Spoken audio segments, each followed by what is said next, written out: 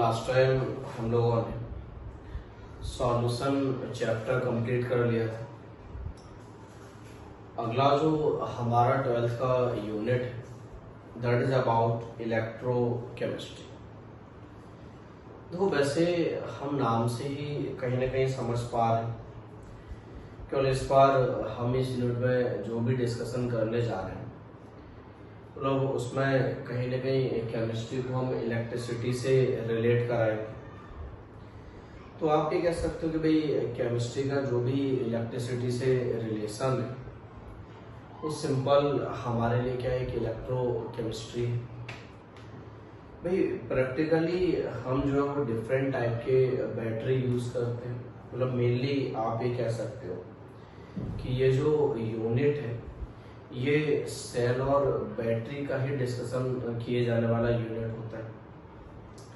तो मैंने कहा कि हम डिफरेंट अलग अलग टाइप के सेल या बैटरी यूज करते हैं जिनका काम होता है कि भाई केमिकल एनर्जी को इलेक्ट्रिकल एनर्जी में कन्वर्ट करना। तो वो सारी ही चीज़ें बेसिकली हमारे लिए क्या है इलेक्ट्रोकेमिस्ट्री है। भाई मोबाइल का ही बैटरी आप ले है ना, आप सिंपल नो डाउट बैटरी में केमिकल एनर्जी स्टोर होती है, उसे किसी भी तरीके से हम इलेक्ट्रिकल एनर्जी में कन्वर्ट कर लेते हैं। तो मैंने कहा वो एक इलेक्ट्रोकेमिस्ट्री का ही आप कह सकते हैं पार्ट है। तो इस यूनिट में हम बेसिकली यही पढ़ते हैं। तो इलेक्ट्रोकेमिस्ट्री में मेनली हमें दो टॉपिक पढ़ने होते हैं। एक जिसमें हम कंडक्टेंस जैसा एक टर्म है जिसे हम डिफाइन करते हैं, और दूसरा मैंने कहा जो भी हमारे पास में सेल या बैटरी है उसके बारे में पढ़ना होता है। तो पहले मैं आपको कंडक्टेंस के बारे में बताता हूँ। मेरा पहला जो टॉपिक मैं आपको डिस्कस करने जा रहा हूँ दैट इज अबाउट कंडक्टेंस। ठीक है, कंडक्टेंस नाम का टॉपिक हम यहाँ डिस्कस करेंगे। देखो मैं ये कह सकता हूँ कि जो कंडक्टेंस है, कंडक्टेंस को हम कैपिटल जी से रिप्रेजेंट करते हैं। ये कंडक्टेंस का रिप्रेजेंटेशन है, हम उसे कैपिटल जी से रिप्रेजेंट किया करते हैं। और आप ये कह सकते हो कि देखो जो कंडक्टेंस है, आपने जैसे रेजिस्टेंस की डेफिनेशन सुन रखी है। आप जानते हो रेजिस्टेंस क्या है, एक मटेरियल की वो प्रॉपर्टी है जो करंट के फ्लो को अपोज करे। भाई इन टर्म्स ऑफ ठीक हम इलेक्ट्रिसिटी की बात डिस्कस कर रहे हैं। तो जो करंट के फ्लो को अपोज करने वाली किसी मटेरियल की प्रॉपर्टी है, उस प्रॉपर्टी को हमने कंडक्टेंस का नाम दिया था, सॉरी रेजिस्टेंस का नाम दिया था। तो आप ये भी कह सकते हो कि भाई मटेरियल के पास कोई ऐसी प्रॉपर्टी भी है जो करंट के फ्लो को फेवर कर रही है, तभी तो करंट फ्लो कर रहा है। तो आप ये कहो कि भाई जो भी मटेरियल की वो प्रॉपर्टी जिस वजह से कोई मेटल या कोई भी सॉल्यूशन करंट को कंडक्ट करा सकता है, that property is termed as conductance. मतलब अगर हम एक सिंपल लैंग्वेज में डिस्कस करें तो हम ये कह सकते हैं कि भाई कंडक्टेंस और रेजिस्टेंस ये एक दूसरे के अपोजिट है। भाई रेजिस्टेंस का काम होता है ठीक है करंट के फ्लो को अपोज करना, और मैं आपसे कह रहा हूँ कंडक्टेंस का काम होता है करंट के फ्लो को फेवर करना। तो इसीलिए जब हम कंडक्टेंस की डेफिनेशन पढ़ते हैं तो एक सिंपल सी डेफिनेशन नोट की जाती है बुक्स में, और हमसे कहा जाता है कि it is the reverse of resistance. मतलब रेजिस्टेंस का जस्ट एक रिवर्स प्रॉपर्टी जो किसी मटेरियल का, दैट इज कंडक्टेंस, वो कंडक्टेंस कहा गया। अच्छा देखो वैसे जब हम किसी कंडक्टर की बात करते हैं तो कंडक्टर दो तरह के हुआ करते हैं। कंडक्टर मैंने कहा जो हम करंट कंडक्ट कराने की बात कर रहे हैं, तो कंडक्टर दो तरह के होते हैं। One is electronic conductor,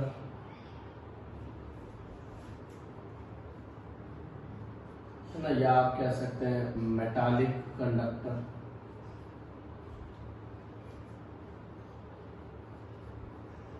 and other one is electrolytic conductor. मतलब ये एक ऐसी बात है, कोई आपसे मतलब इसको क्वेश्चन नहीं पूछा, जस्ट आपको समझाने के लिए मैंने बताया कि हम दो तरह के कंडक्टर की बात करते हैं। एक हमारे पास में इलेक्ट्रॉनिक या मैंने कहा मेटालिक कंडक्टर और दूसरे इलेक्ट्रोलाइटिक कंडक्टर कहलाए। मतलब आप ये कह सकते हो कि यहाँ पे जो इलेक्ट्रॉनिक कंडक्टर होते हैं इनमें जो चार्ज कैरियर और जिस वजह से चार्ज फ्लो करता है वो इलेक्ट्रॉन्स होते हैं, है ना। घरों में आप देखो जितने भी मैंने कहा वायर हम यूज करते हैं तो उन वायर्स में नो डाउट करंट फ्लो कर रहा है। तो वायर्स में जो करंट फ्लो कर रहा है मैंने कहा किसकी वजह से, इलेक्ट्रॉन्स की वजह से फ्लो कर रहा है। आप फिजिक्स में पढ़ोगे, फिजिक्स में आपको करंट इलेक्ट्रिसिटी नाम से टॉपिक पढ़ना है डिटेल में, उसमें आप इन सब चीजों को पढ़ोगे। तो मैंने कहा उन कंडक्टर को मेटालिक कंडक्टर का नाम दिया, जैसे कॉपर वायर, एल्यूमिनियम वायर, इस तरह के हम वायर यूज करते हैं घरों में। और मैंने कहा जो इलेक्ट्रोलाइटिक कंडक्टर होते हैं, आप ये कह सकते हो कि भाई इलेक्ट्रोलाइटिक कंडक्टर में जो चार्ज कैरियर है वो बेसिकली आयंस होते हैं, है ना। तो जैसे मान लो हम घरों में बैटरी यूज करते हैं, घरों में इन्वर्टर बैटरी यूज किया जाता है। तो जो इन्वर्टर बैटरी हम यूज कर रहे हैं उसके अंदर कोई वायर तो नहीं है भाई, बैटरी के अंदर तो क्या सिंपल एक पानी भरा हुआ है। आप कह सकते हैं जो भी मैंने कहा हमारे पास में इलेक्ट्रोलाइटिक सॉल्यूशन वहां पे भरा गया है, तो वहां पे आयंस है और आयंस भी तो चार्ज रखते हैं, वो भी चार्ज कैरियर है, जाहिर सी बात है। तो वहां पे आयंस के होने की वजह से हमें करंट फ्लो होता हुआ दिखता है। तो उस तरह के कंडक्टर को हमने क्या कहा भाई, हमने कहा कि वो हमारे लिए क्या है, इलेक्ट्रोलाइटिक कंडक्टर। तो जस्ट मैंने एक इंफॉर्मेशन बताई आपको। तो ये जो मैंने कहा हमारे पास में कंडक्टर है, इनमें से जो भी मेटालिक कंडक्टर वाली कहानी है ये आपकी फिजिक्स के पोर्शन में डिस्कस की जाएगी। मैंने आपसे जो करंट इलेक्ट्रिसिटी वाला टॉपिक है उस पर डिस्कस की जाएगी। ये जो हमारे पास में इलेक्ट्रोलाइटिक कंडक्टर है जिनमें चार्ज कैरियर आयंस होते हैं, वो कहानी मैंने कहा हम डिस्कस करेंगे अपने सिलेबस में, वो केमिस्ट्री वाले पोर्शन में डिस्कस की जाएगी। तो मैं आपको कंडक्टेंस के बारे में समझाने की कोशिश कर रहा था। तो मैंने आपसे कहा कि जो कंडक्टेंस है वो कुछ और नहीं, it is the reverse of resistance. Simple सी डेफिनेशन हम ध्यान रखेंगे, और वो डेफिनेशन हमसे क्या कहती है कि भाई जो भी कंडक्टेंस है वो क्या है, रेजिस्टेंस का सिंपल उल्टा होता है। अगर मैंने कहा कंडक्टेंस रेजिस्टेंस का उल्टा है तो मैं कहूंगा कि कंडक्टेंस जो कि कैपिटल जी से रिप्रेजेंट किया जाता है that is equal to 1 upon resistance. R मैं रेजिस्टेंस के लिए यूज कर रहा हूं। मुझे एक बात बताई जाए, अगर ऐसा है तो हमारे पास में जो कंडक्टेंस है उसका यूनिट क्या हो जाएगा। तो हम सभी जानते हैं कि भाई जो रेजिस्टेंस का यूनिट है वो ओम होता है। तो इसका मतलब ये क्या हो जाएगा, 1 अपॉन ओम हो जाएगा, या मैं उससे ओम इनवर्स पढ़ूंगा। या अगर मैं चाहूँ कि इसको उल्टा करके लिख दूँ तो एम एच, तो इसका यूनिट एम एच ओ भी लिख देते हैं। इसका जो एसआई यूनिट है हमारे पास में वो साइमन, जिसे हम कैपिटल एस से रिप्रेजेंट करते हैं। यानी कि ये कंडक्टेंस का हमारे पास में क्या होता है, एसआई। तो हमें किसी भी टर्म में लिखा हुआ मिल जाएगा वो, मैंने कहा वो मुझे हो सकता है कि सिंपल जो है वो ओम इनवर्स लिखा हुआ मिल जाए, सिंपल एमएचओ की फॉर्म में लिखा हुआ मिल जाए, या साइमन की फॉर्म में लिखा हुआ मिल जाए, ठीक है ना। तो हम समझ रहे हैं कि भाई कंडक्टेंस सिंपल क्या है। देखो आप ये कह सकते हो कि जिस तरीके से हमने कंडक्टेंस वर्ड को डिफाइन किया जो कि रेजिस्टेंस का जस्ट उल्टा है, वैसे ही हमारे पास में एक टर्म में और डिफाइन करूंगा, and that is specific conductance. Specific conductance को के से रिप्रेजेंट करते हैं, मतलब एग्जैक्टली के नहीं है, बेसिकली एक सिंबल होता है, ग्रीक लेटर होता है, जैसे कप्पा पढ़ते हैं वो के टाइप का ही सिंबल होता है। तो हम तो के बना लिया करेंगे भाई कप्पा में वो कुछ होगा। तो मैंने कहा स्पेसिफिक कंडक्टेंस को हम कप्पा से रिप्रेजेंट किया करते हैं। आप मुझे एक बात बताओ, बात यह है कि मतलब जैसे हमने पढ़ा था रेजिस्टेंस एंड स्पेसिफिक रेजिस्टेंस, तो वैसे ही आप कह सकते हैं दो टर्म है, one is conductance and other one is specific conductance, कोई डिफरेंस नहीं होता है। अगर आप डेफिनेशन याद करो तो आपको याद आएगा कि जो स्पेसिफिक रेजिस्टेंस की हमने डेफिनेशन पढ़ी थी कि जब हम 1 यूनिट लेंथ लेते हैं और 1 ठीक है यूनिट ही एरिया लेते हैं तो वहाँ जो भी रेजिस्टेंस होती है उसे स्पेसिफिक रेजिस्टेंस बोला गया था। तो आप दो तरीके से यहाँ पे कह सकते हो कि भाई जो स्पेसिफिक रेजिस्टेंस का उल्टा होगा दैट इज स्पेसिफिक कंडक्टेंस, वो स्पेसिफिक कंडक्टेंस पढ़ा जाएगा। या मैं अगर डेफिनेशन वाइज लिखूं तो मैं ऐसा लिख सकता हूं the conductance of 1 centimetre cube और 1 metre cube electrolytic solution is known as specific conductance। ठीक है, बहुत सिंपल है कि मतलब हमें सिंपल क्या करना है कि 1 सेंटीमीटर क्यूब या 1 मीटर क्यूब में जो भी कंडक्टेंस है वो मेजर कर लेनी है and that conductance is known as specific conductance, जिसे हमने कप्पा से रिप्रेजेंट किया था। और मैं आपसे ये भी कह रहा था कि भाई कप्पा जो है वो रेजिस्टेंस का उल्टा है, इसीलिए मैं कह सकता हूँ भाई हमारे पास में जो कप्पा है that is 1 upon specific resistance, 1 upon वो लिखा जाएगा। मैं अगर यहाँ से यूनिट की बात करूँ कि भाई जो भी हमारे पास में यूनिट ऑफ स्पेसिफिक कंडक्टेंस क्या है तो इसके कई सारे यूनिट हम लिख सकते हैं। एक मैं simple ohm inverse centimetre inverse लिख सकता हूँ, या फिर ओम इनवर्स मीटर इनवर्स लिख सकता हूँ, या फिर साइमन सेंटीमीटर इनवर्स लिख सकता हूँ, या फिर साइमन मीटर इनवर्स लिख सकता हूँ। ठीक है, वो आप चाहो तो यहीं से लिख लो 1 अपॉन रो की यूनिट से, तो जो रो का यूनिट है उससे आपको पता चल जाएगा। आपने रेजिस्टेंस का एक फॉर्मूला पढ़ा है R is equal to rho L upon A. तो मैं अगर यहाँ से रो की वैल्यू निकालूँ तो कितनी आ जाएगी मेरे पास में, that is R into A upon L, यही तो आएगी। अब अगर मैं यूनिट रखता तो R जिसका यूनिट ओम है, एरिया मान लो अगर मैंने सेंटीमीटर स्क्वायर लिखा तो लेंथ सेंटीमीटर में, तो देखो यहाँ से हमारे पास में जो स्पेसिफिक रेजिस्टेंस है उसका यूनिट क्या आएगा, ओम सेंटीमीटर है ना। अब इसका रेसिप्रोकल होता है स्पेसिफिक कंडक्टेंस तो स्पेसिफिक कंडक्टेंस की यूनिट क्या आ जाएगी, ओम इनवर्स सेंटीमीटर इनवर्स। या मान लो मैंने मीटर में लिया हो तो मीटर इनवर्स आ जाती। ओम इनवर्स की जगह मैं सिंपल साइमन लिख सकता था, इसलिए मैंने साइमन सेंटीमीटर इनवर्स लिख दिया या साइमन मीटर इनवर्स लिख दिया है ना। दोनों बातें मैं यहाँ से नोट कर पाया कि भाई हमारे पास में इस तरह से नोट किया जाएगा, तो मैंने वो नोट कर दिया। चलो खैर हम यूनिट भी ध्यान रखेंगे बढ़िया तरीके से, क्योंकि यूनिट भी हमारे लिए जानना एक अच्छी बात में कंसिडर किया जाता है। यूनिट भी मैंने कहा हमें जो है वो अच्छे से मालूम होनी ही चाहिए थी। मुझे एक बात बताओ, मतलब मैं आपको बताता हूँ कि कभी कभी ना ऐसा होता है कि क्वेश्चन में एक टर्म यूज होता है दैट इज कंडक्टिविटी। तो कंडक्टिविटी जो टर्म है वो दोनों के लिए यूज होता है। कभी कभी क्वेश्चन में कंडक्टेंस को कंडक्टिविटी पढ़ देता है, और कभी कभी क्वेश्चन में जो स्पेसिफिक कंडक्टेंस है स्पेसिफिक कंडक्टेंस को कंडक्टिविटी पढ़ा जाता है। दोनों के लिए ये कंडक्टिविटी वर्ड यूज होता है। इसीलिए IUPAC मना करता है कि आप कंडक्टिविटी जैसा वर्ड यूज ना करें।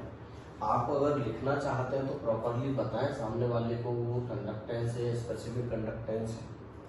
बट स्टिल मैंने आपसे कहा कि मतलब जो अभी भी किताबों में कंडक्टिविटी वर्ड यूज होता है और दोनों के लिए होता है, तो हम कैसे पता करें कि भाई जो कंडक्टिविटी मुझे गिवन है क्वेश्चन में वो कंडक्टिविटी स्पेसिफिक कंडक्टेंस को रिप्रेजेंट कर रहा है या सिंपल कंडक्टेंस को। तो मैंने कहा वो यूनिट देख के पता चलता है। जैसे हम जानते हैं भाई जो भी हमारे पास में कंडक्टेंस है उसका यूनिट ओम इनवर्स होता है, तो हम देख लेंगे कि कंडक्टिविटी की यूनिट अगर ओम इनवर्स है तो हम कह देंगे भाई वो कंडक्टेंस को रिप्रेजेंट करेगा। और अगर बाई चांस मान लो, जैसे मान लो यूनिट जो है वो ओम इनवर्स सेंटीमीटर इनवर्स हो जाए या ओम इनवर्स मीटर इनवर्स हो जाए, तो हम उस यूनिट को देख के कह देंगे कि भाई ये हमारे लिए क्या है, बेसिकली स्पेसिफिक कंडक्टेंस। तो हम दोनों बातें समझ जाया करेंगे कि वो हमारे लिए किस कंडक्टिविटी की बात की गई है। मैंने कहा वो यूनिट देख के समझ में आने वाली बात होती है, आप यूनिट देख के पहचान जाया करोगे, ठीक है ना। इसलिए मतलब एक बार देख के तब हम चीजों को आगे बढ़ा पाएंगे। तो हमने स्पेसिफिक कंडक्टेंस जैसा मैंने एक टर्म डिफाइन कर लिया कि स्पेसिफिक कंडक्टेंस क्या है हमारे लिए, मैंने कहा वो समझ लिया कि भी सिंपल 1/ρ के बराबर है। उसका यूनिट भी हमने समझ लिया कि भाई उसका unit ohm inverse centimetre inverse जैसा रखा भी है। हम जो है स्पेसिफिक कंडक्टेंस के वेरिएशन को पढ़ना चाहेंगे कि भाई किन किन फैक्टर्स पे स्पेसिफिक कंडक्टेंस जो है वो डिपेंड करेगा। तो मैं अगर आपसे ठीक ये चीज डिस्कस करूं कि भाई कौन कौन से फैक्टर्स हैं, तो आप उसमें ठीक है अगला एक पॉइंट नोट करें, and that is about variation of specific conductance. देखो मैं अगर वेरिएशन ऑफ स्पेसिफिक कंडक्टेंस की बात करूं तो स्पेसिफिक कंडक्टेंस कई फैक्टर पर डिपेंड करने वाला एक पैरामीटर है। सबसे पहला जो हमारे पास में जो सबसे अहम है, जो सबसे ज्यादा पूछा जाता है, दैट इज अबाउट डायल्यूशन। मतलब ये सबसे ज्यादा पूछने वाला टर्म होता है, इसलिए पहले मैं इसे डिस्कस कर रहा हूँ। तो मैं ये कह सकता हूँ कि जो डायल्यूशन है वो पॉइंट नोट किया जाए, on dilution specific conductance decreases.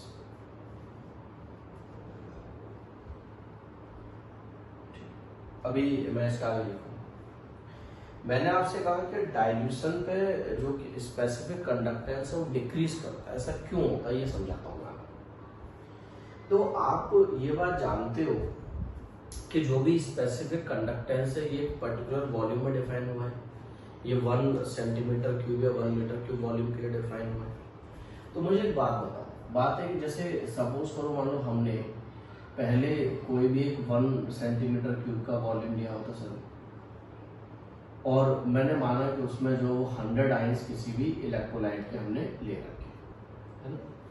तो पहले जो 1 सेंटीमीटर क्यूब का वॉल्यूम था उसमें 100 आयंस थे और 100 आयन की वजह से कंडक्टिविटी थी, उसको हमने स्पेसिफिक कंडक्टेंस का नाम दे दिया था। मैंने डायल्यूशन किया और मानो डायल्यूशन में मैंने क्या किया, वॉल्यूम को बढ़ा दिया। जब मैंने डायल्यूशन में वॉल्यूम को बढ़ा दिया तो मानो कि वॉल्यूम 2 सेंटीमीटर क्यूब कर दिया। सपोज करो कि मैंने जो वॉल्यूम है उसे क्या किया, जस्ट डबल कर दिया डायल्यूशन करके। तो मुझे एक बात बताओ कि अगर मैंने वॉल्यूम को डबल कर दिया तो पर यूनिट वॉल्यूम में अगर देखूं 1 सेंटीमीटर क्यूब में, फिर मैं अगर देखूं तो मैं एक आइडियल कंडीशन में ये कह सकता हूँ कि 50 आयन इस 1 सेंटीमीटर क्यूब में होंगे और 50 आयन इस 1 सेंटीमीटर क्यूब में होंगे, है ना। मैं ये कह पाऊंगा। तो आप एक बात बताओ, पर सेंटीमीटर क्यूब क्या नंबर ऑफ आयंस कम नहीं हुए? बिल्कुल हुए। इवन मतलब अगर हमने ऐसी कंडीशन क्रिएट की तो पर सेंटीमीटर क्यूब जो number of ions just half हो गए। तो अगर पर centimetre cube number of ions half हो गए या नंबर ऑफ आयंस मैंने कहा कम हो गए, तो नो डाउट यहाँ पर सेंटीमीटर क्यूब क्या कंडक्टेंस हमें डिक्रीज करती दिखेगी। इसीलिए हम कहते हैं कि हमारे पास में डायल्यूशन पे क्या होता है, स्पेसिफिक कंडक्टेंस डिक्रीज करती है। तो रीजन हमें लिख दो, on dilution specific conductance decreases as number of ions per unit volume, ऐसे लिखते रहो, पर यूनिट वॉल्यूम डिक्रीजेस। ठीक है, मेरी बात समझ गया कि पर यूनिट वॉल्यूम जो है वो नंबर ऑफ आयंस कम हो गए। इसीलिए हमने कहा कि भाई हमारे पास में क्या है, ऑन डायल्यूशन स्पेसिफिक कंडक्टेंस जो है वो कम। ये बात ध्यान रखेंगे बढ़िया से। अगर ऐसा है तो एक बात बताओ, चलो डाइल्यूशन के तो स्पेसिफिक कंडक्टेंस इनवर्सली प्रोपोर्शनल है ही, इनका ये तो हम ध्यान रखेंगे ही रखेंगे, कोई प्रॉब्लम है ही नहीं। What about concentration? तो इतना तो आप भी समझ रहे हो कि अगर डाइल्यूशन के इनवर्सली प्रोपोर्शनल है तो कंसंट्रेशन के डायरेक्टली प्रोपोर्शनल। ये दो बातें हैं जो फिलहाल में हमने मेमोराइज की हैं कि जो भी स्पेसिफिक कंडक्टेंस है वो कंसंट्रेशन के डायरेक्टली प्रोपोर्शनल है और वो डाइल्यूशन के इनवर्सली प्रोपोर्शनल है। और डाइल्यूशन में क्यों इनवर्सली प्रोपोर्शनल है वो हम नंबर ऑफ आयंस के बेसिस पे एक्सप्लेन भी कर पाते हैं। तो जो हमारे पास में कंडक्टेंस है, आप ये कह सकते हैं कि भाई कंसंट्रेशन के डायरेक्टली प्रोपोर्शनल है। मैं अगर आपसे ये कहूं कि भाई मुझे जो है वो एक सिंपल सा ग्राफ प्लॉट करना है जिसमें मैं बाई एक्सिस पे स्पेसिफिक कंडक्टेंस ले रहा हूं और एक्स एक्सिस पर root C, where C is concentration है ना। मैंने कंसंट्रेशन को सिंपल यहाँ सी से रिप्रेजेंट कर दिया है। ये ग्राफ नो डाउट लैब में प्लॉट किए गए हैं। तो अगर मान लो हमने ग्राफ लिया इस टाइप का, तो ग्राफ जो मतलब प्रैक्टिकली ऑब्जर्व किया गया, ये ग्राफ लैब में बनाया गया एक्सपेरिमेंटल डेटा के बेसिस पर, और हमने देखा कि हमारे पास में जो ग्राफ है वो ऐसे निकल के आए। आप अगर इस ग्राफ को देखोगे तो आप इस बात से सहमत हो कि जैसे जैसे हम कंसंट्रेशन बढ़ा रहे हैं वैसे वैसे हमारे पास में स्पेसिफिक कंडक्टेंस बढ़ रहा है। और हम एक चीज और देख रहे हैं कि स्पेसिफिक कंडक्टेंस हमें जो एक पर्टिकुलर वैल्यू तक बढ़ता दिखा, जहां पे स्पेसिफिक कंडक्टेंस हमें मैक्सिमम होता दिखा सॉल्यूशन का। लेकिन अगर हमने उसी सॉल्यूशन में फिर से कंसंट्रेशन बढ़ाने की बात की तो स्पेसिफिक कंडक्टेंस अब हमें डिक्रीज होता हुआ दिखा। ये मसला हमें और समझना चाहिए कि चलो ठीक है, ये बात तो यहाँ से समझ में आ रही थी कि भाई जो भी हमारा डाइल्यूशन पे स्पेसिफिक कंडक्टेंस कम हुई या कंसंट्रेशन बढ़ाने से स्पेसिफिक कंडक्टेंस बढ़ी, इसमें कोई एतराज था ही नहीं हमें बिल्कुल। तो मेरा कहना आपसे ये था कि भाई चलो ठीक है, मैंने ये बात मान ली कि हमने जैसे जैसे ठीक है कंसंट्रेशन बढ़ाया इसको स्पेसिफिक कंडक्टेंस बढ़ती गई, इसमें कोई एतराज था नहीं। लेकिन मुझे ये जानना है कि भाई आखिर ऐसा फिर क्या हुआ कि स्पेसिफिक कंडक्टेंस एक पर्टिकुलर वैल्यू तक तो बढ़ गई और वहां जाने के बाद जब वो वैल्यू मैक्सिमम हो गई तो फिर डिक्रीज कर गई। इसका रीजन क्या है? इसका रीजन भी मैं एक्सप्लेन करता हूँ, आप अपने आप नोट कर लेना उस रीजन को चाहो तो। रीजन ये कि जैसे जैसे हम कंसंट्रेशन बढ़ा रहे हैं, कंसंट्रेशन बढ़ाने के दो तरीके हो सकते हैं। दो तरीके क्या हो सकते हैं कि या तो हम जो भी इलेक्ट्रोलाइट है उसके मोल और ऐड करते जाएं, है ना, या दूसरा है कि हम वॉल्यूम को कम करते जाएं। हम दोनों में से कोई भी काम करें, नंबर ऑफ आयंस को तो हम बढ़ा ही रहे हैं। भाई अगर मान लो मैंने किसी इलेक्ट्रोलाइट को और ऐड किया तो नंबर ऑफ आयन बढ़ेंगे, या मैंने अगर वॉल्यूम कम किया तो भी नंबर ऑफ आयन बढ़ेंगे। तो मैं जैसे जैसे नंबर ऑफ आयन बढ़ा रहा था वैसे वैसे क्या पर सेंटीमीटर क्यूब कंडक्टेंस बढ़ती जा रही थी।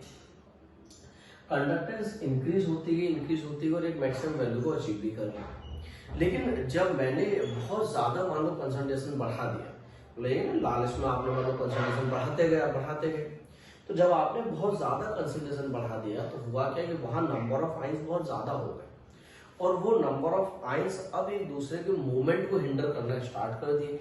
भाई आयन सिंपल सी बात है, कई टाइप के आप कह सकते हैं हिंड्रेंस प्रोवाइड करेंगे। एक कौन सी हिंड्रेंस मिलेगी उनको, जो फोर्स ऑफ अट्रैक्शन की वजह से मिलेगी कि मैंने वहां पर कैटायन और एनायन दोनों पढ़े हैं, तो कैटायन जैसे मान लो बहुत ज्यादा अमाउंट में, एनायन भी तो वो सब अट्रैक्ट करना स्टार्ट कर दिया आपस में।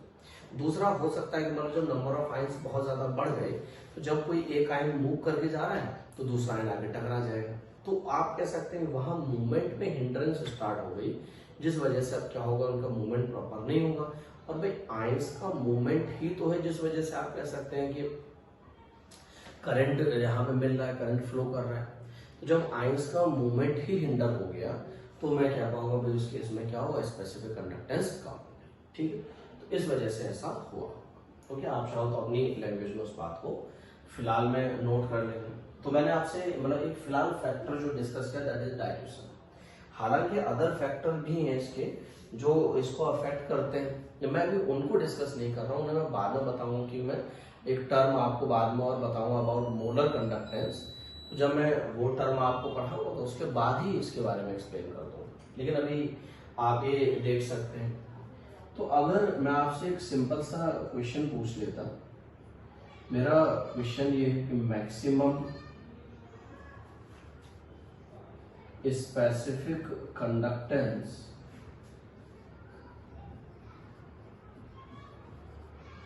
इज ऑब्जर्व्ड फॉर, मैं यहाँ पे दो क्वेश्चन नोट कर रहा हूँ, 0.1 molar NaCl solution, 0.01 molar NaCl solution, 0.001 molar NaCl solution, 1 molar NaCl solution. दूसरा एक और क्वेश्चन है मेरा, 0.1 molar NaCl solution, 0.1 molar KCl solution, 0.1 molar BaCl2 solution, 0.1 molar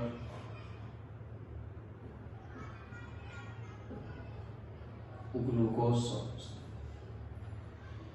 मुझे ठीक है आपसे बस ये जानना है कि भाई इनमें से किस केस में जो हमारे पास में स्पेसिफिक कंडक्टेंस है वो मैक्सिमम रहे। तो हम सभी जानते हैं कि specific conductance is directly proportional to concentration. तो जो सॉल्यूशन जितना ज़्यादा कंसंट्रेट होगा, आप कह सकते हैं उसका स्पेसिफिक कंडक्टेंस उतना ज़्यादा होगा।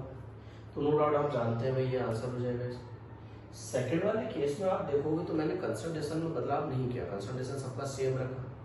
तो कहीं ना कहीं नंबर ऑफ आयंस भी तो है, तो जिस केस पे नंबर ऑफ आयंस सबसे ज़्यादा होंगे उस केस में हो जाएगा। तो मुझे बताया है सबसे ज़्यादा नंबर ऑफ आयन किस में होंगे, मेरा ऐसा थर्ड वाले में, उसमें टोटल 3 आयन होंगे। तो मैंने कहा अगर उसमें 3 आयन है तो हम कह पाएंगे भाई उस केस में क्या होगा, स्पेसिफिक कंडक्टेंस सबसे ज़्यादा। नंबर ऑफ आयन तो गिन लेते हो, लास्ट यूनिट में हमने ये काम खूब किया, जगह जगह पे सॉल्यूशन चैप्टर में ये काम हम करते हैं।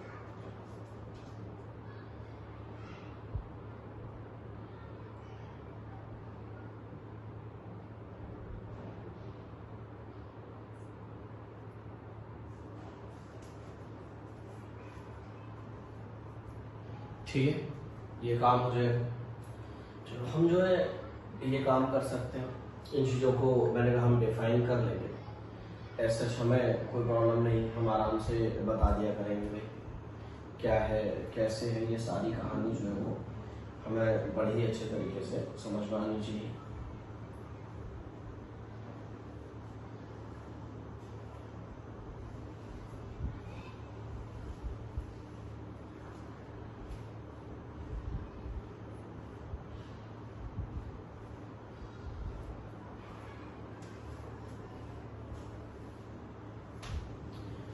ठीक है, तो मैं दूसरा यहाँ पे टर्म और डिफाइन करता हूँ आपको। हम इस यूनिट में एक टर्म और पढ़ते हैं, एन सेल कॉस्ट। अभी हम टर्म्स डिफाइन कर लेते हैं जो हमें पढ़ने।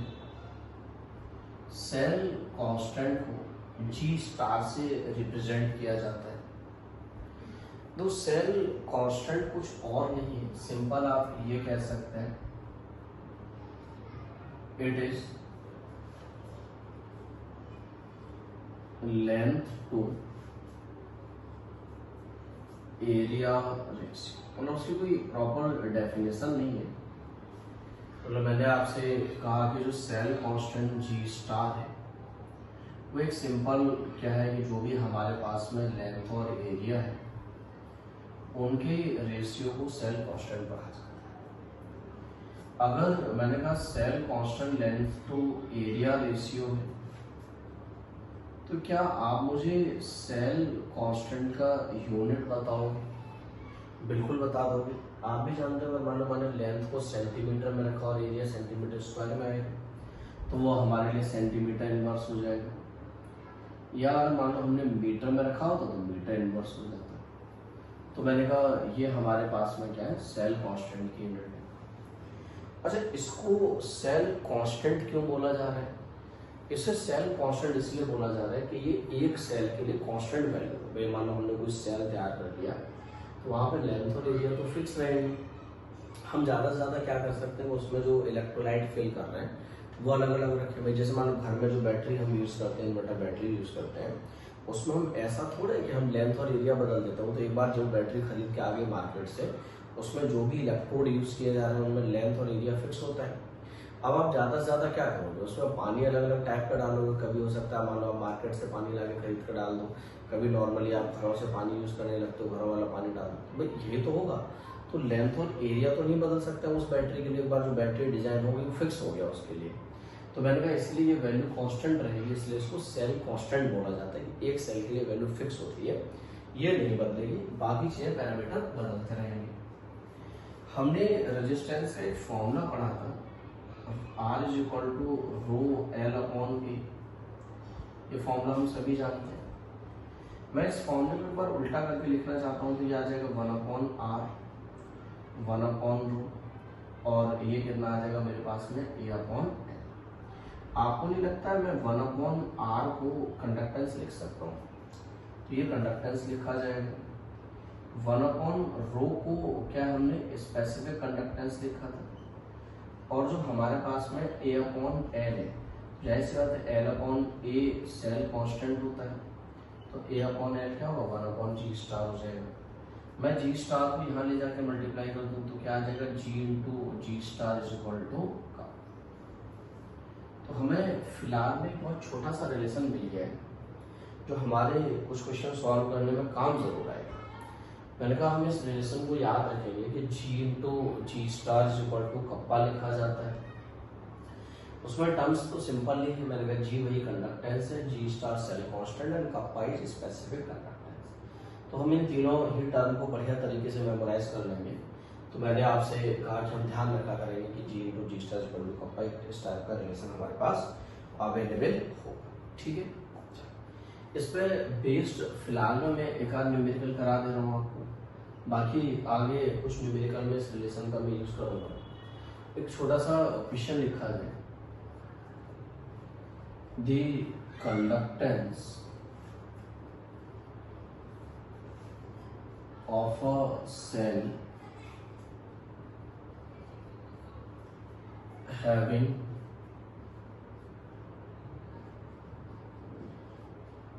a specific conductance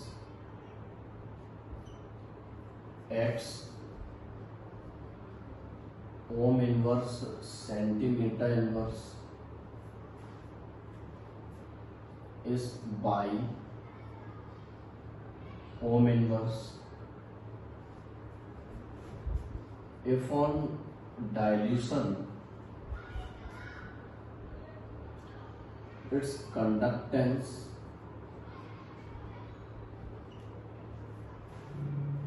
becomes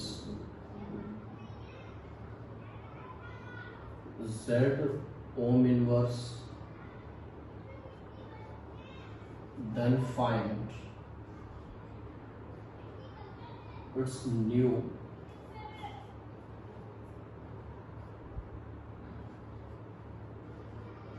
specific conductance. तो क्वेश्चन जो है बस खाली लिखने में बड़ा है, आप नोट कर लो। क्वेश्चन है बड़ा आसान, मैं समझा देता हूँ क्या है। क्वेश्चन में जो इंफॉर्मेशन गिवन है आप देख पा रहे हो, इंफॉर्मेशन किस किस टाइप की हमें दी है।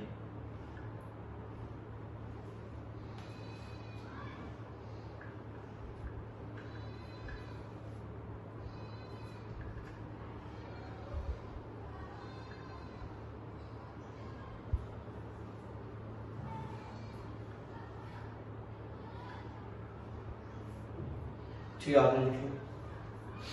देखो मुझे जो क्वेश्चन में इंफॉर्मेशन दी गई वो सारी इंफॉर्मेशन कुछ ऐसी है मुझे पहले की कंडीशन में बताया गया कि जो भी हमारे पास में स्पेसिफिक कंडक्टेंस कप्पा है वो x के बराबर और जो कंडक्टेंस है वो y के बराबर है। ये दो इन्फॉर्मेशन दी थी मुझे। बाद में मुझसे कहा गया कि मान लो हमने उस सॉल्यूशन को डाइल्यूट कर दिया, तो डाइल्यूशन के बाद में जो कंडक्टेंस है वो z के बराबर हो गया। तो उस कंडीशन में उसका स्पेसिफिक कंडक्टेंस कप्पा क्या होगा ये जानना है। मैंने आपको अभी एक रिलेशन बताया था कि G into G star is equal to kappa. G कितना है, बाई है, G स्टार मैं नहीं जानता हूँ, कप्पा x के बराबर है, तो बोलो G स्टार कितना आ जाएगा, x अपॉन y।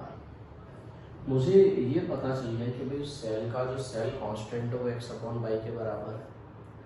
अगर मुझे सेल कांस्टेंट मालूम है तो डायल्यूशन का मैंने कहा ये तो नहीं बदलेगा, ये तो फिक्स रहेगा, तो फिर से क्या करूँ, यही रिलेशन लगा दूँ, G into G star is equal to kappa. नए कंडक्टेंस आपको मालूम है z के बराबर है, G स्टार कितना है हमारे पास में, x अपॉन y के बराबर है, this is equal to kappa. In fact यही तो पूछा गया था, तो आप भी कह सकते हो भाई जो भी हमारे पास में नया स्पेसिफिक कंडक्टेंस है वो कितना आ जाएगा, x into Z upon Y. ठीक, मेरी बात से सहमत है आप? तो मैंने देखो एक छोटा सा रिलेशन जो काम आ जाएगा हमारे लिए। एक और न्यूमेरिकल देख लेते हैं इसमें based.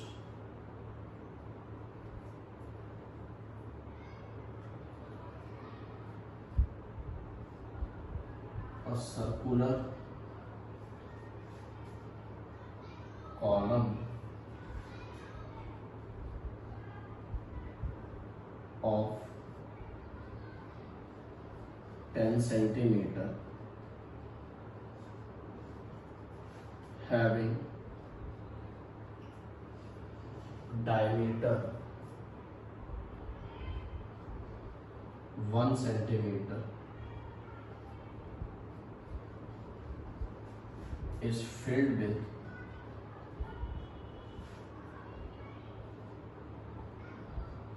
0.5 molar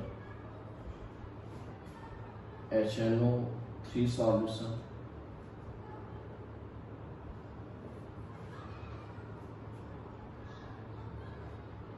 if the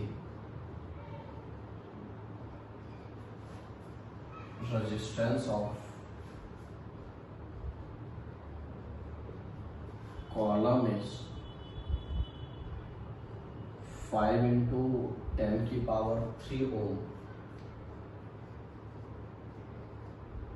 then find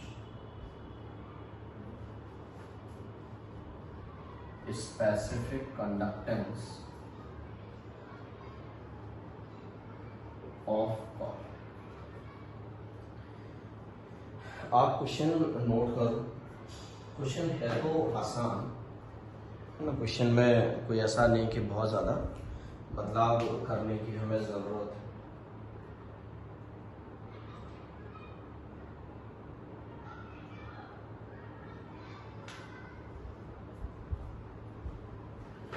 तो मुझे जो क्वेश्चन में इंफॉर्मेशन दी गई वो इंफॉर्मेशन है कि कोई भी एक सर्कुलर कॉलम है, उसमें हमने क्या किया, HNO3 का एक सॉल्यूशन फिल कर दिया।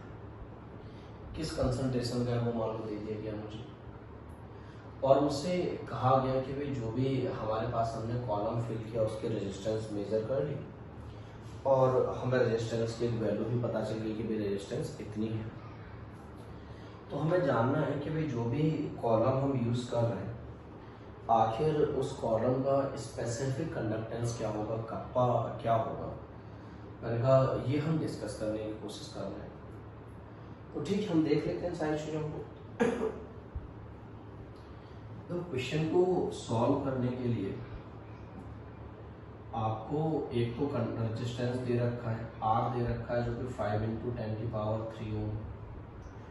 मुझे बस इतना बताया जाए कि अगर रेजिस्टेंस मालूम है तो क्या कंडक्टेंस कैलकुलेट कर लो, बिल्कुल कर लो। आप जानते हैं भाई जो भी कंडक्टेंस है वो 1 रेजिस्टेंस होता है।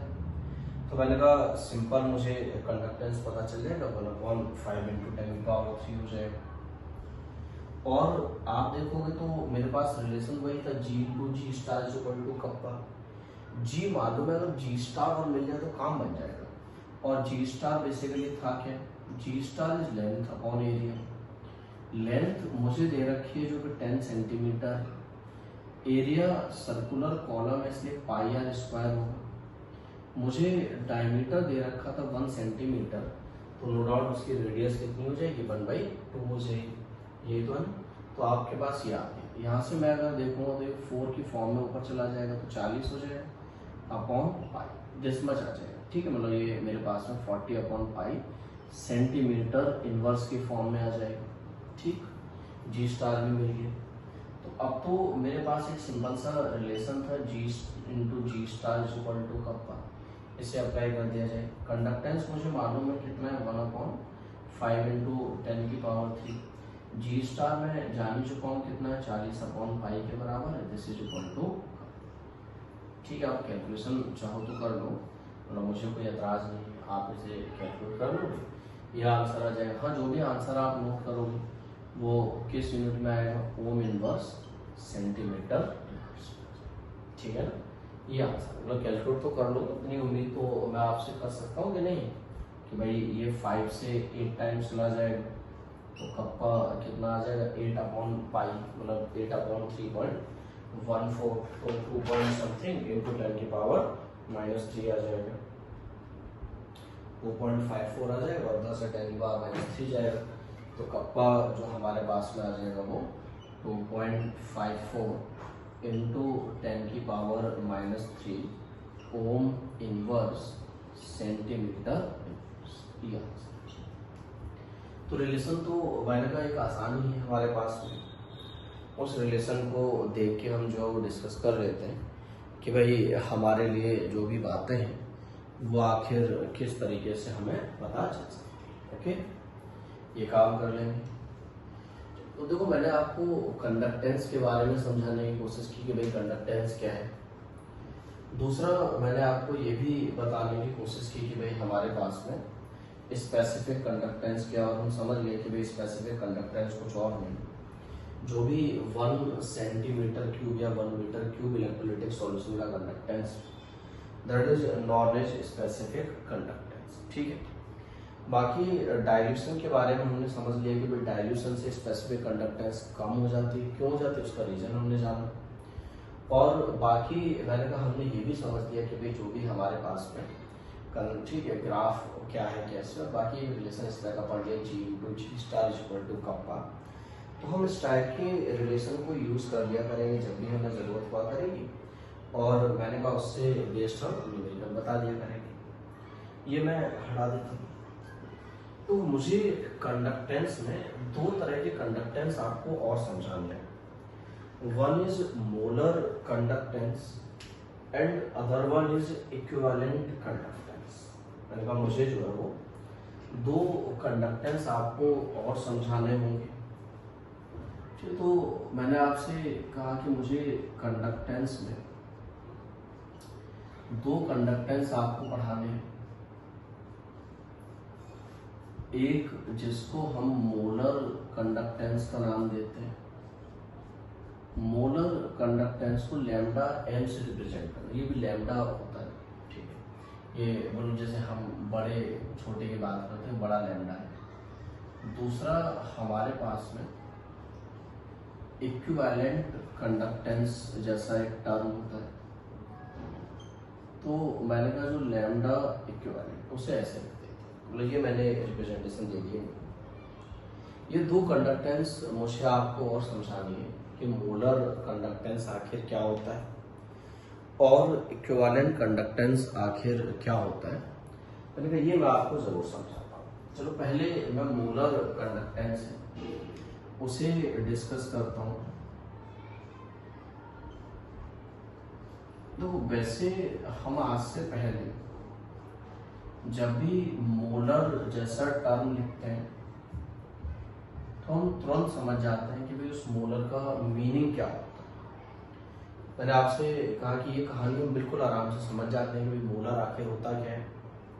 तो मोलर जैसा जो टर्म है, मैंने कहा वो नो डाउट हम 1 मोल के लिए डिफाइन करते हैं आज से पहले।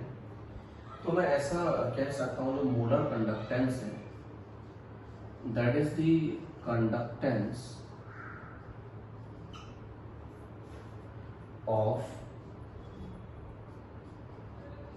1 मोल electrolytic solution is known as molar conductance। ठीक है भाई, तो मेरा आपसे कहना क्या है? मेरा कहना सिंपल है कि भाई हम जो इलेक्ट्रोलाइट है, किसी भी इलेक्ट्रोलाइट का 1 मोल ले लें, उसका एक सॉल्यूशन तैयार कर लें, तो उस 1 मोल इलेक्ट्रोलाइट की जो भी कंडक्टेंस वैल्यू का हम ले रहे हैं, that conductance is known as molar conductance. Molar conductance में हम 2 तरह के रिप्रेजेंटेशन पढ़ते हैं। एक हम ऐसा रिप्रेजेंटेशन लिखा हुआ देखते हैं lambda M C. Lambda M C का मतलब जो है वो सिंपल मैं आपसे कहूँगा that is molar conductance at concentration C. ठीक, सी मोल पर लीटर, भाई कंसंट्रेशन हम जानते हैं मोल पर लीटर में मेजर होता है। तो किसी भी मैंने का कंसंट्रेटेड और जो भी सॉल्यूशन है, भाई मान लो उसका कंसंट्रेशन हमने 1 लिया है, 2 लिया है, 0.5 लिया है, जो भी लिया है, उसका जो भी कंडक्टेंस उसे लैम्डा एम सी से रिप्रेजेंट कर दिया जाएगा।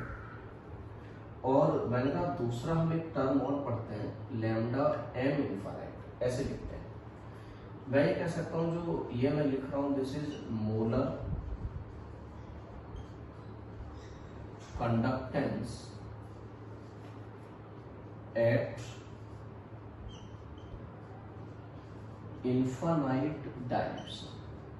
ठीक है, मतलब मैंने क्या आपसे कि हम क्या करें, सॉल्यूशन को मान लो डाइल्यूट करते जाए, और जब इनफाइनाइट डाइल्यूशन की कंडीशन पहुंच जाए तो उस कंडीशन में जो भी कंडक्टेंस हम मेजर करें उसे हम क्या कहते हैं, लैम्डा एम इनफाइनाइट कह देते हैं। तो this is the molar conductance at infinite dilution, और आप कह सकते हैं इट इज मोलर कंडक्टेंस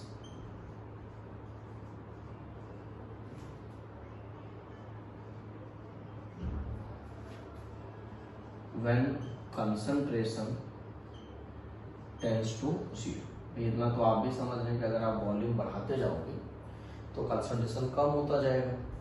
तो जब आपने कहा कि भाई हमने जो है वो एक इनफाइनाइट डाइल्यूशन की कंडीशन की बात की है, इनफाइनाइट डाइल्यूशन में वॉल्यूम क्या होगा, कंसंट्रेशन क्या होगा, 0 हो जाएगा। तो मैंने आपसे कहा कि ये वो कंडक्टेंस है जब कंसंट्रेशन क्या होगा, टेंड्स टू 0। यह इसी को एक और नाम दिया जाता है, and this is also known as limiting molar conductance. इसी को हम क्या पढ़ते हैं, इसी को लिमिटिंग मोलर कंडक्टेंस पढ़ा जाता है। ये लिमिटिंग मोलर कंडक्टेंस कहलाता है हमारे लिए।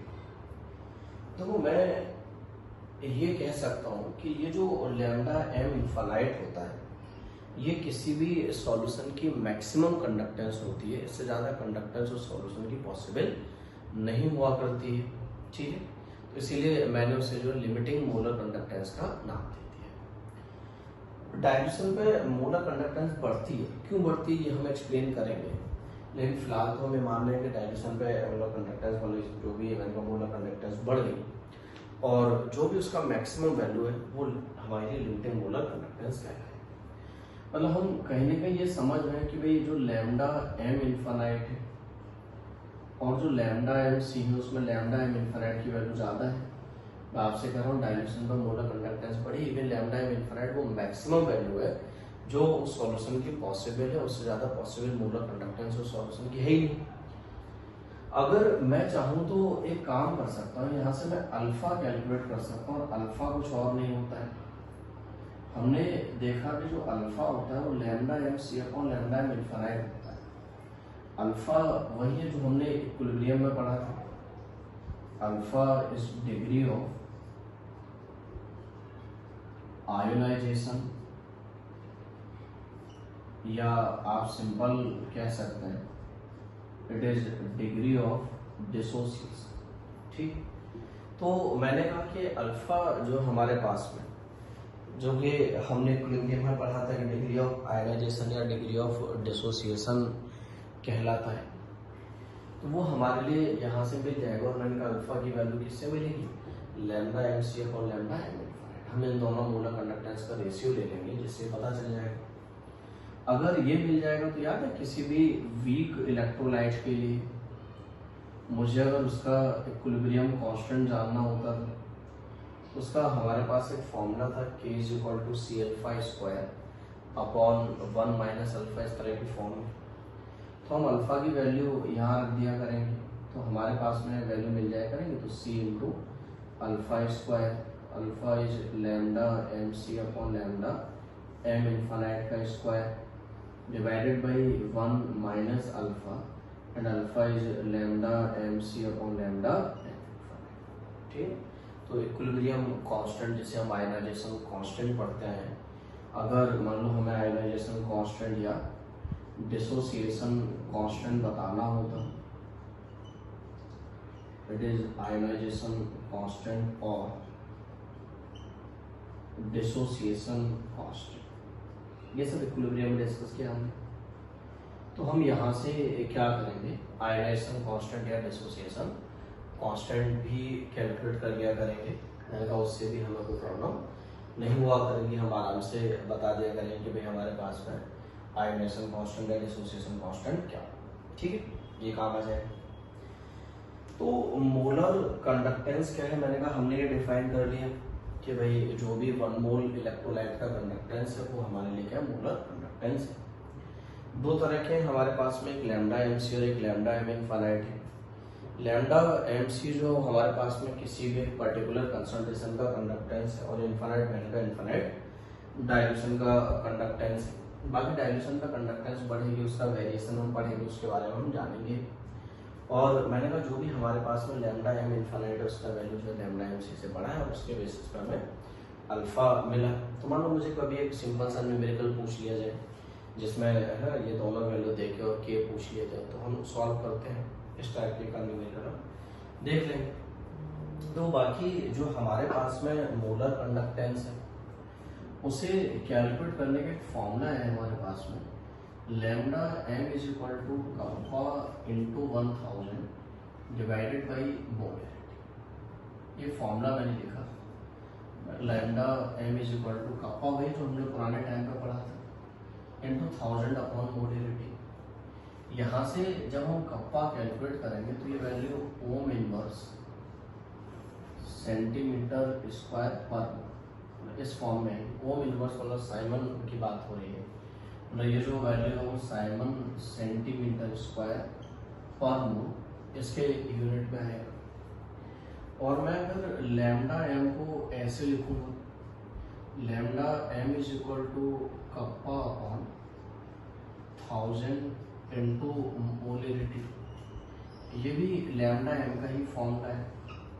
तो यहाँ से जो वैल्यू आएगी वो साइमन सेंटीमीटर स्क्वायर पर मोल आएगी। ये बात ध्यान रखनी है आपको। ये दोनों ही फॉर्मूले मैं चाहता हूँ कि आप मेमोराइज करेंगे, और दोनों ही फॉर्मूले मैंने कहा जब मेमोराइज करेंगे तो इस बात का ख्याल भी रखेंगे कि अगर मुझे वैल्यू सेंटीमीटर स्क्वायर में कैलकुलेट करनी है या उसमें दी है तो मैं ये वाला फॉर्मूला लगाऊंगा, कप्पा इंटू 1000 अपॉन मोलरिटी वाला।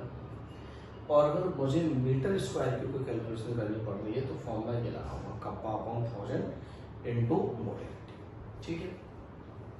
हाँ, मैं ये जरूर कह सकता हूँ इसी फॉर्मूले में मैं थोड़ा सा बदलाव चाहूँ तो वो कर सकता हूँ। तो बदलाव सिंपल मेरे लिए ये है कि जहाँ पे मोलरिटी लिखा है वहाँ मैं सॉल्युबिलिटी भी लिख सकता हूँ, उसमें कोई एतराज नहीं। इवन मैंने आपको ये बात बताई भी है, फॉर सैचुरेटेड सॉल्यूशन, आपको आयनिक इक्विलिब्रियम में ये बात पढ़ा चुका हूँ कि किसी भी सैचुरेटेड सॉल्यूशन के लिए molarity and solubility are same. तो अगर बाई चांस मान लो मुझे कोई ऐसा क्वेश्चन दिया जाए जिसमें मुझसे जो है वो सॉल्युबिलिटी पूछी जाए, है ना, तो आपको मतलब कोई नए फॉर्मूले की रिक्वायरमेंट नहीं है। इवन मैंने कहा जो हमारे पास में मोलरिटी थी उसी मोलिडिटी की जगह पे हम सॉलिबिलिटी रख देंगे और हमें सॉलिबिलिटी रख के फाइनली मैंने कहा आंसर मिल जाएगा कि भाई हमारे पास में आंसर क्या। ठीक है, तो आप मेरी यहाँ तक की बातें समझ पा रहे हो कि भाई मैं आपसे यहाँ तक जो भी चीज़ें समझाने की कोशिश कर रहा हूँ आखिर वो सारी बातें क्या है, किस तरह से है, आप ये बात देख रहे हो। तो मैंने फॉर्मूले जरूर ध्यान रखेंगे क्या है, बाकी मैंने कहा जब भी मुझे सॉलिबिलिटी की रिक्वायरमेंट होगी तो मैं उसका यूज करूँगा। तो वेरिएशन की बात करनी है हमें कि भाई जो भी मोलर कंडक्टेंस है आखिर वो कौन कौन से फैक्टर्स पर डिपेंड करेगा, है ना, किस तरह से हम उसको ऑब्जर्व करेंगे। तो मैंने उससे वेरिएशन को मैं अगले लेक्चर में ही डिस्कस करूंगा। मैं फिलहाल में एक आध क्वेश्चन अभी करा देता हूँ इस पर बेस्ड, जो एक आसान सा न्यूमेरिकल मुझे आपको बताना चाहिए। एक छोटा सा क्वेश्चन नोट किया जाए। क्वेश्चन ये है कि molar conductance of 0.1 molar acetic acid is 80 ohm inverse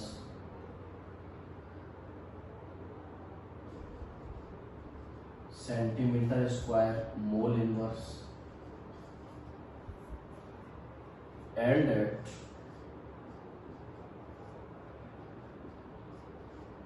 infinite dilution is 400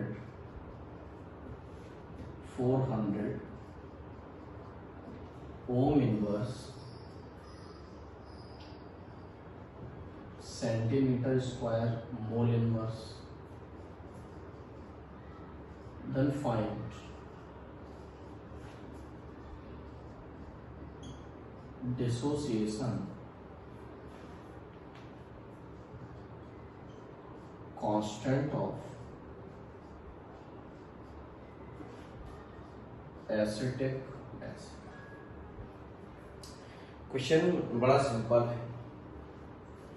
मुझसे कहा गया कि भाई हमने जो है वो एसिटिक एसिड लिया है, 0.1 मोलर एसिटिक एसिड सॉल्यूशन लिया है, हमें 2 मोलर कंडक्टेंस भी दिया और मुझे डिसोसिएशन कांस्टेंट पूछा गया कि भाई उसका डिसोसिएशन कांस्टेंट क्या होगा, मतलब मुझे सिंपल के की वैल्यू पूछी गई है। अभी आप याद, मैंने आपको डिसोसिएशन कांस्टेंट के लिए एक फॉर्मूला पढ़ा दिया था कि भाई अगर मुझे डिसोसिएशन कांस्टेंट बताना पड़े तो उसका तरीका क्या है ना, बहुत सिंपल तरीका था मेरे पास में। तो मैंने आपसे कहा कि अल्फा कैलकुलेट करने के लिए मुझे तो क्वेश्चन में दोनों वैल्यू दिए, लैम्डा एम सी जो कि मुझे 80 गिवन है एंड एट इन्फिनिट डायल्यूशन मुझे लैम्डा जो है 400 गिवन है। तो नो डाउट मैं यहाँ से अल्फा कैलकुलेट कर ही लूँगा। मुझे मालूम है भाई अल्फा क्या होता है हमारे पास में, lambda M C upon lambda M infinite. मैं अगर उसे सॉल्व करूँ देन इट इज 1/5 आ जाएगा, है ना, या आपका मन है आप उसे 0.2 लिख देंगे। जब मुझे अल्फा मालूम है तो क्या मैं के नहीं बता पाऊंगा? मुझे मालूम था कि भाई एसिटिक एसिड का जो डिसोसिएशन कांस्टेंट है वो Cl5 माइनस अल्फा होगा। अगर ऐसा है तो मैं वैल्यू रख देता हूँ, तो ये आ जाएगा मेरे पास में 0.1 इंटू 1/अल्फा² तो 1/25 हो जाएगा, -1/1/5। तो ये आ जाएगा मेरे पास में 0.1 इंटू 1/25 डिवाइडेड बाई 4/5। ये 5 टाइम्स कैंसिल हो जाएगा, तो मेरे पास में के की वैल्यू कितनी आ जाएगी बोर्ड, इट इज 0.1/5 इंटू 4 20। ये तो आ जाएगा। इस तरह से मुझे वैल्यू मिल जाएगी। मैं उसे फर्दर सॉल्व करना चाहूँगा तो मैं कह सकता हूँ भाई मेरे पास में अगर मैं उसे फर्दर लिखूँगा तो वैल्यू कितनी आ जाएगी, 0.005 आ जाएगी, या फिर मैं कह सकता हूँ इट इज 5 इंटू 10⁻⁻3। खैर वो तो न्यूमेरिकल कैलकुलेशन है, जैसे भी हम कर पाए वैसे सॉल्व कर लेंगे। लेकिन मैंने कहा फॉर्मूला क्या है मेन तो वो हमारे लिए, तो हम फॉर्मूला आराम से अप्लाई कर ले रहे हैं और फॉर्मूला देख के हम बता पा रहे हैं कि भाई हमारे पास में आंसर किस टाइप से। ठीक है, तो ये काम कर लोगे तो बोलेगा किसी भी एसिड का डिसोसिएशन कांस्टेंट मिल जाए। अलग अलग टाइप से क्वेश्चन उसमें फ्रेम होते रहते हैं। मैंने कभी पीएच बेस्ड क्वेश्चन पूछ लेता है ना, जैसे मान लो यही पूरा मैंने क्वेश्चन दे दिया होता पीएच पूछ लिया होता तो आप जानते हैं H प्लस आयन कंसंट्रेशन है सी अल्फा, सी मालूम है, अल्फा मालूम है, H प्लस मिल गया तो पीएच मिल जाएगी। तो हम डेटा का यूज होता रहेगा किसी न किसी क्वेश्चन में, तो जैसा यूज होगा हम उस हिसाब से सॉल्व करके बता दिया करेंगे। ओके ठीक है, तो आप एक बार यहाँ तक की चीजें देखिए, बाकी भी मोलर कंडक्टेंस को हम अगले लेक्चर में यहीं से आगे कंटिन्यू करेंगे।